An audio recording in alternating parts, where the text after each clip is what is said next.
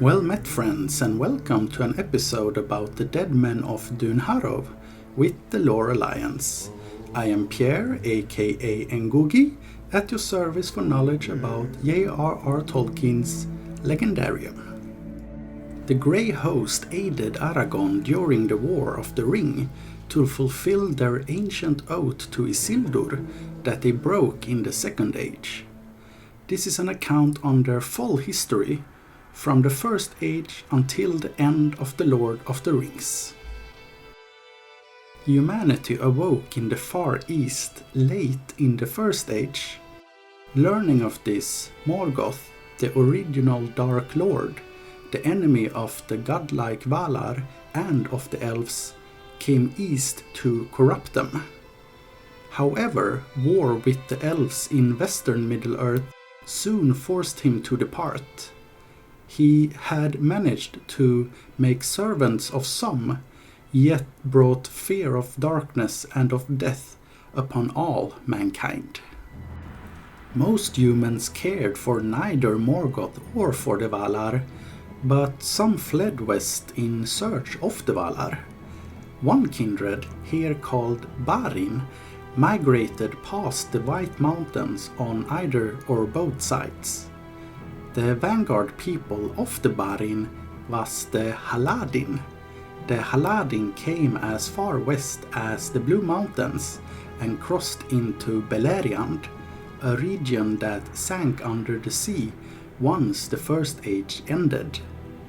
Tolkien never named this kindred, but for convenience I call them Barin, meaning men in the Haladin tongue. Beleriand was a vast region inhabited by High Elves and Cinder Elves. There came also two other human folks who were vanguards of the Northmen kindred. The Haladin and the two Northmen peoples spoke unrelated languages, but were on friendly terms. In Beleriand, all three folks allied with the elves to fight against Morgoth in the north. The rest of the Barin never came to Beleriand. Instead, their tribes and peoples settled in forests and highlands to the east. Estimation within red borders on this map, as it is known from the later ages.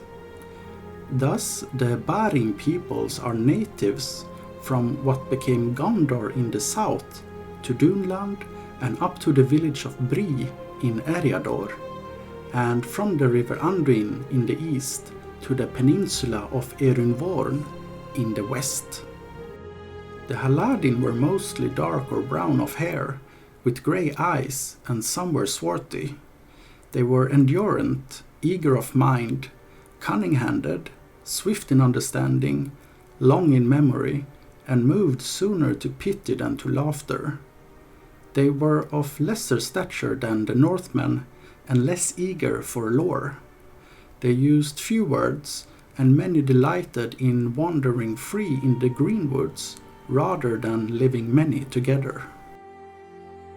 It was also later seen in the Dunlendings and the peoples of Enedwaite, who were dark of hair and hue and lived in forests and hills.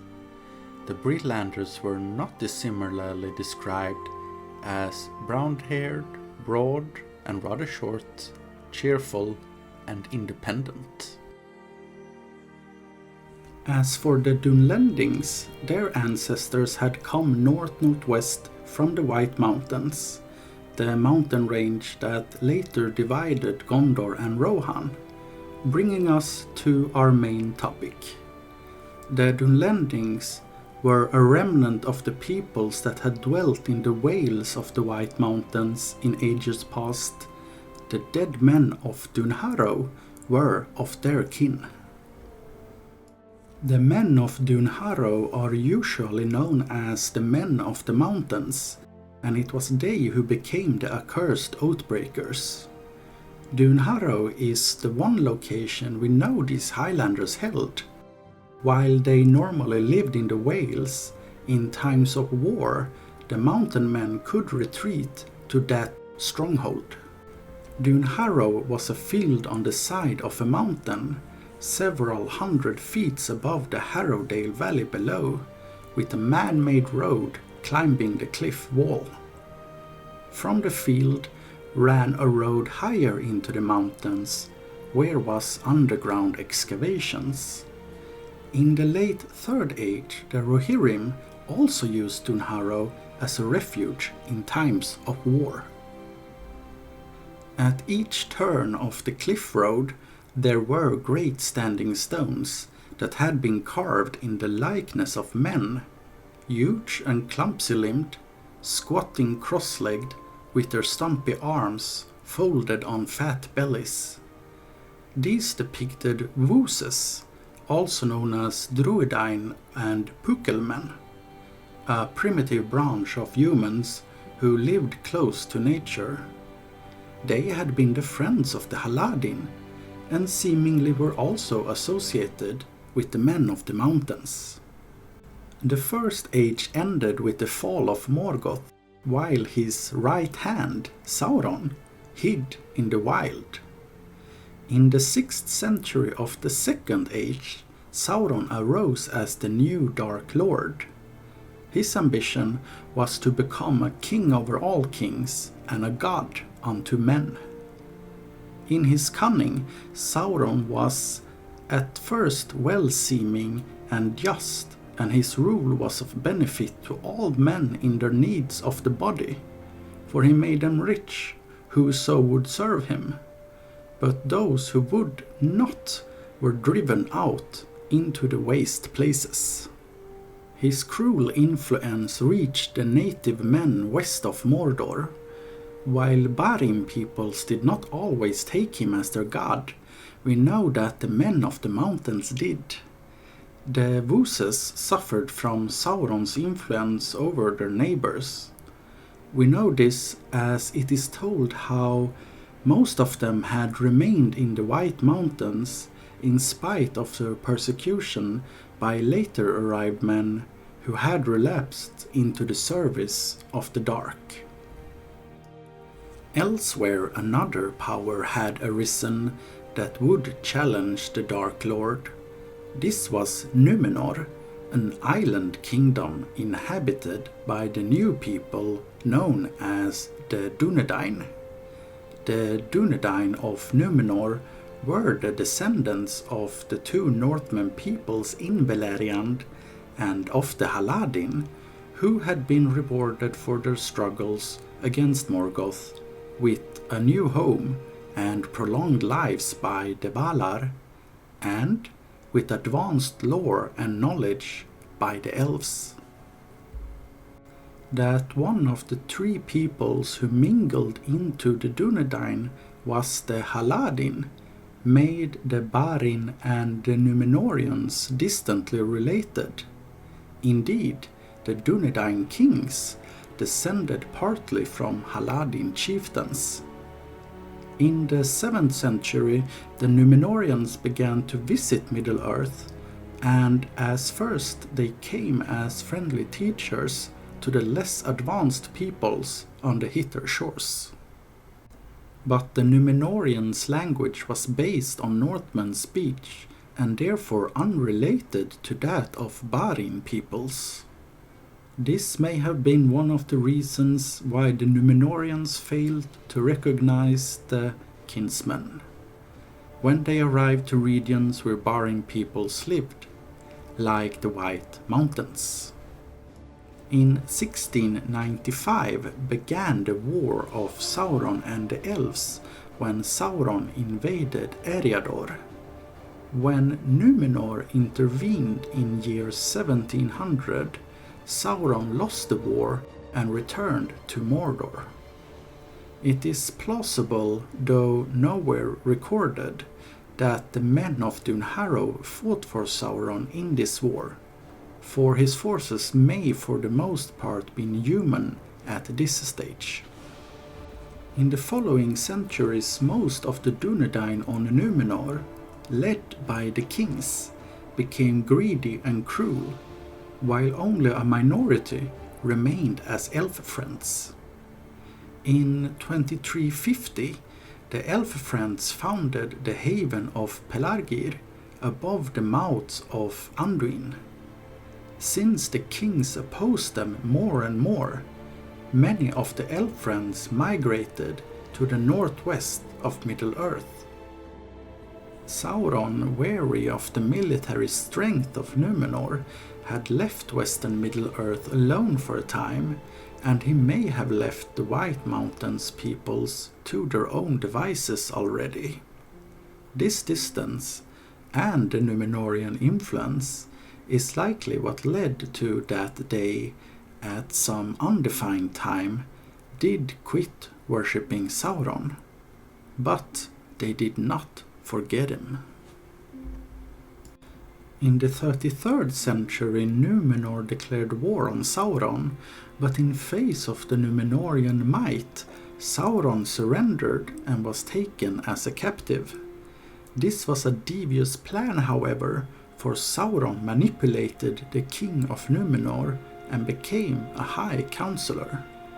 He lured most of the people into deep evil, where they even made human sacrifices to Morgoth, and in the year 3319, Sauron tricked them to attack the Valar. Then, in retribution for their many sins, Númenor was sunk under the sea. 9 boats of elf friends fled the destruction and landed in Middle-earth. Their leader was Elendil, father of Isildur and Anarion. Elendil landed in the north and founded Arnor, while his sons landed in the south and founded Gondor. Especially in Gondor, many inhabitants came of their own blood, fully or in part, yet all told the Dúnedain were now only a small folk in the midst of strangers. Isildur, who shared the kingship of Gondor with his brother, chose to increase his realm's security by making alliance with the men of the mountains. This was settled at the hill of Erech, where still millennia later was seen a black stone that was brought, it was said, from Númenor by Isildur, and it was set upon a hill, and upon it the king of the mountains swore allegiance to him in the beginning of the realm of Gondor. This might be in part to avoid raids and hostilities from the west, as we are told that Minas Anor, later renamed Minas Tirith, was a fortress constructed as a shield against the wild men of the Dales. Sauron had survived Númenor's fall, and returning to Mordor, he reincarnated over time. Learning that some elf friends from Númenor had survived filled him with wrath. He prepared for war against the Eldar and the Dúnedain, and the fires of Mount Doom were kindled. In 3429, Sauron attacked Gondor.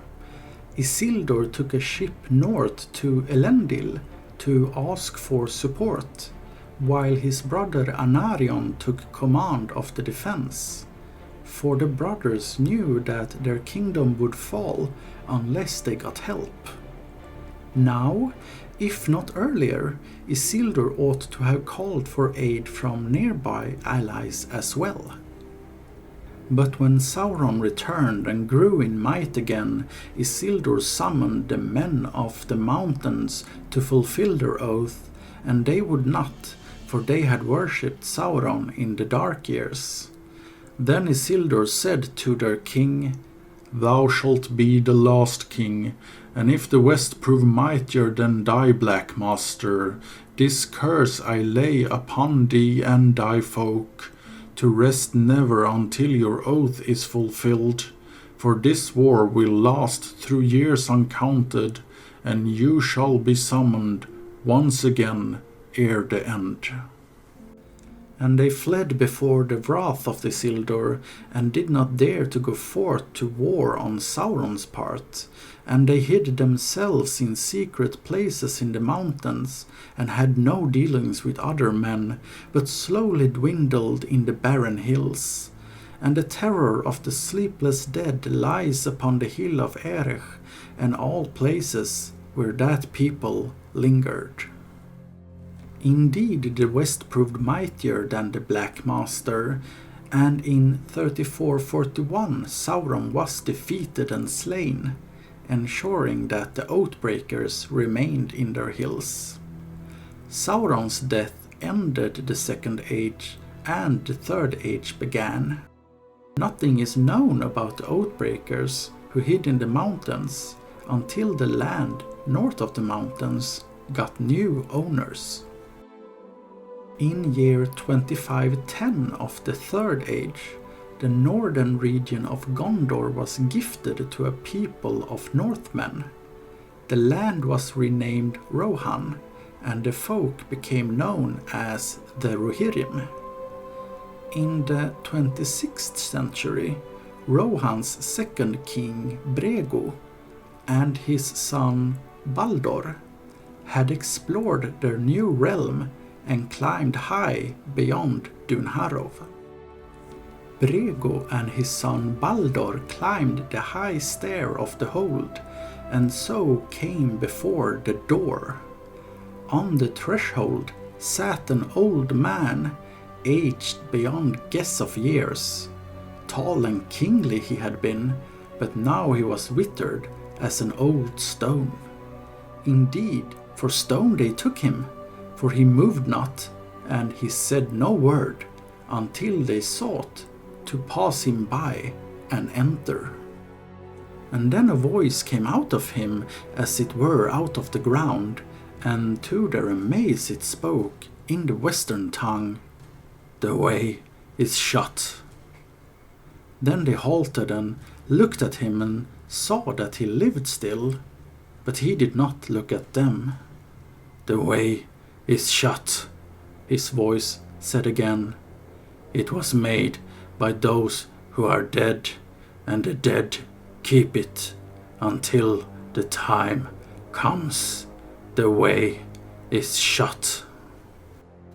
Who the old man was, or when the time was to come, was unknown, for he died on the spot, and Brego and his son Baldur turned back home.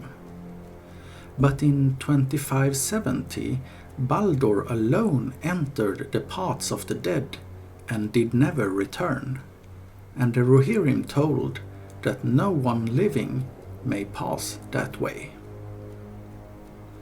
In December of year 3018 of the Third Age, the Fellowship of the Ring left Rivendell.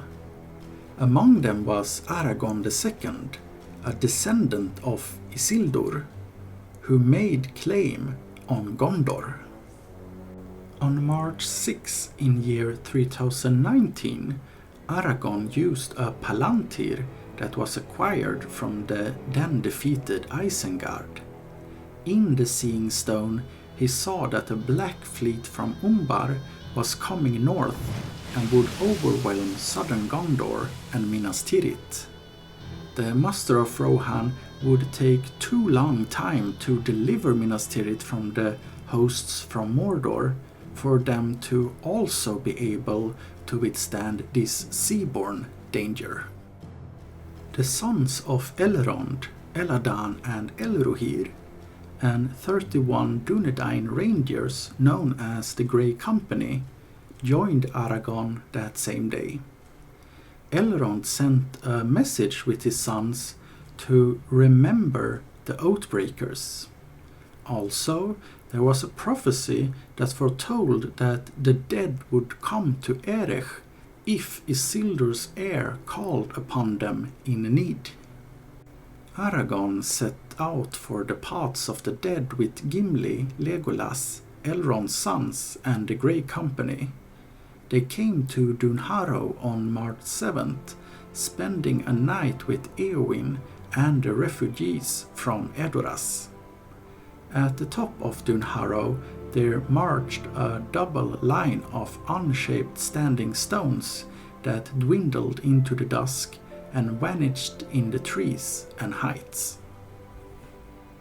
Those who dared to follow that marked road came soon to the black Dimholt forest under Mount Dvimorberg and the shadow of the forbidden door. Marched 8, Aragorn led his men and their horses through that passage, and to his own shock, Gimli the dwarf was the one who most feared to go underground into the darkness.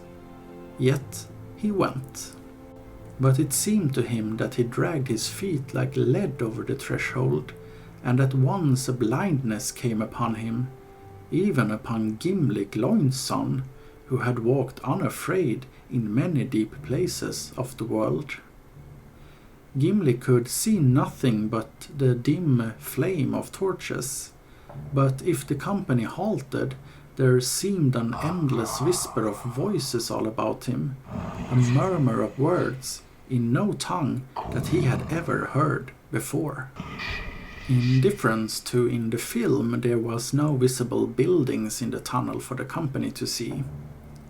So time unreckoned passed until Gimli saw a sight that he was ever afterwards loth to recall. The road was wide, as far as he could judge, but now the company came suddenly into a great empty space, and there were no longer any walls upon either side. There Aragorn came upon the remains of Baldur, son of Brego, who disappeared circa 500 years earlier. He had fallen near the far wall of the cave, as now could be seen, and before him stood a stony door closed fast. His finger bones were still clawing at the cracks. A notched and broken sword lay by him, as if he had hewn at the rock in his last despair. Aragorn wondered where the stony door led, or why the dead man tried to pass it, but declared that none shall ever know. J.R.R., however, did reveal this in a note published long after his own death. The men of darkness built temples, some of great size, usually surrounded by dark trees, often in caverns, natural or delved, in secret valleys of mountain regions, such as the dreadful halls and passages under the haunted mountain beyond the dark door, Gate of the Dead, in Dunharrow. The special horror of the closed door, before which the skeleton of Baldur was found, was probably due to the fact that the door was the entrance to an evil temple hall, to which Baldur had come, probably without opposition up to that point. But the door was shut in his face, and enemies that had followed him silently came up and broke his legs and left him to die in the darkness, unable to find any way out. This means that some last remnants of the Men of the Mountains outlived the old man by the door, and that they did not die out until over 2,500 years after the oath was broken. Whether the case, Aragorn cried out that he did not care for what was behind the door where Baldur lay. "Keep your hoards and your secrets hidden in the accursed years. Speed only, we ask. Let us pass, and then come. I summon you to the stone of Erech." All who went with Aragorn passed through the mountain, and there was no trap and or skulls falling upon them. In the Blackroot Vale they mounted their horses and rode on. "The dead are following," said Legolas. "I see shapes of men and horses, and pale banners like shreds of cloud, and spears like winter tickets on a misty night. The dead are following." The people who lived in the vale fled, but at last the company reached the hill of Erech. Long had the terror of the dead lain upon that hill, and upon the empty fields about it. For upon the top stood a black stone, round as a great globe, the height of a man, though its half was buried in the ground. Aragorn blew a silver horn and dismounted, and standing by the stone he cried in a great voice, "Oathbreakers, why have you come?" And a voice was heard out of the night that answered him as from far away, "To fulfill our oath and have peace." Then Aragorn answered, "The hour is come at last. Now I go to Pelargir upon Anduin, and ye shall come after me. And when all this land is clean of the servants of Sauron, I will hold the oath fulfilled, and ye shall have peace and depart forever, for I am Elazar, Isildur's heir of Gondor." Aragorn set forth in haste for Pelargir at dawn, and the dead men, also known as the Shadow Host or the Grey Host, followed. Legolas later told how they rode from the Black Stone to the haven in 5 days. In the darkness caused by clouds from Mordor, his hope rose. For in that gloom the Shadow Host seemed to grow stronger and more terrible to look upon. Some Legolas saw riding, some striding, yet all moving with the same great speed. Silent they were, but there was a gleam in their eyes. The dead early on overtook the horses of Aragorn's company and swept round them, and would have passed them by if Aragorn had not forbidden them. The elf told that in the Gondorian fief of Lamedon, defenders fought against soldiers from Umbar and Harad, who had sailed up a river. But defenders and foes alike gave up the battle and fled when we came, crying out that the king of the dead was upon them. Gimli finished the account. On March 13th they came to Pelargir, where lay the main fleet of Umbar, 50 great ships, and smaller vessels beyond count. Many of those that we pursued had reached the havens before us, and brought their fear with them, and some of the ships had put off, seeking to escape down the river or to reach the far shore, and many of the smaller crafts were ablaze.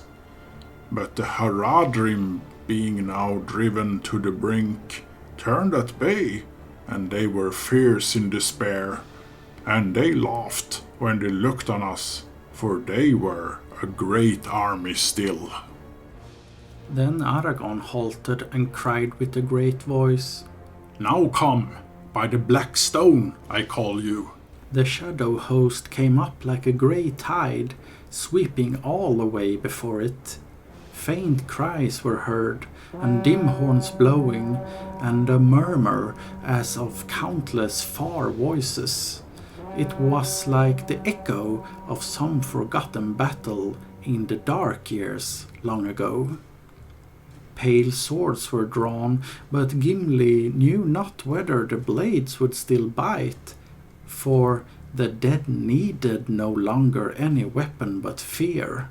None would withstand them. To every ship they came that was drawn up, and then they passed over the water to those that were anchored, and all the mariners were filled with the madness of terror and leaped overboard, save the slaves chained to the oars. Gimli found it strange and wonderful that the designs of Mordor should be overthrown by such wraiths of fear and darkness, that with its own weapons was it defeated. Then Aragorn let sound a great concourse of trumpets taken from the enemy, and the shadow host withdrew to the shore. There they stood silent, hardly to be seen, save for a red gleam in their eyes that caught the glare of the ships that were burning. And Aragorn spoke in a loud voice to the dead men, crying, "Hear now the words of the heir of Isildur. Your oath is fulfilled. Go back and trouble not the valleys ever again. Depart and be at rest." And thereupon the king of the dead stood out before the host, and broke his spear and cast it down. Then he bowed low and turned away, and swiftly the whole grey host drew off and vanished, like a mist that is driven back by a sudden wind. Aragorn released the ship's slaves and mustered forces from southern Gondor. With the freed slaves manning the ships, a Gondorian army led by Aragorn sailed to Minas Tirith. There they turned the tide of the ongoing battle in favor of Minas Tirith's defenders, and on to victory. So, with the aid of those who betrayed Isildur, his distant heir would protect the land, and soon in time gain the crown of Gondor. Thus ends the tale of the Men of the Mountains. I hope you have enjoyed this piece of lore, and if you have any questions or reflections, or if there is any topic that you desire in the future, please leave a comment below. I am looking forward to us exploring further into Tolkien's characters, themes, objects and events in the future, so take care until next time. Cheers!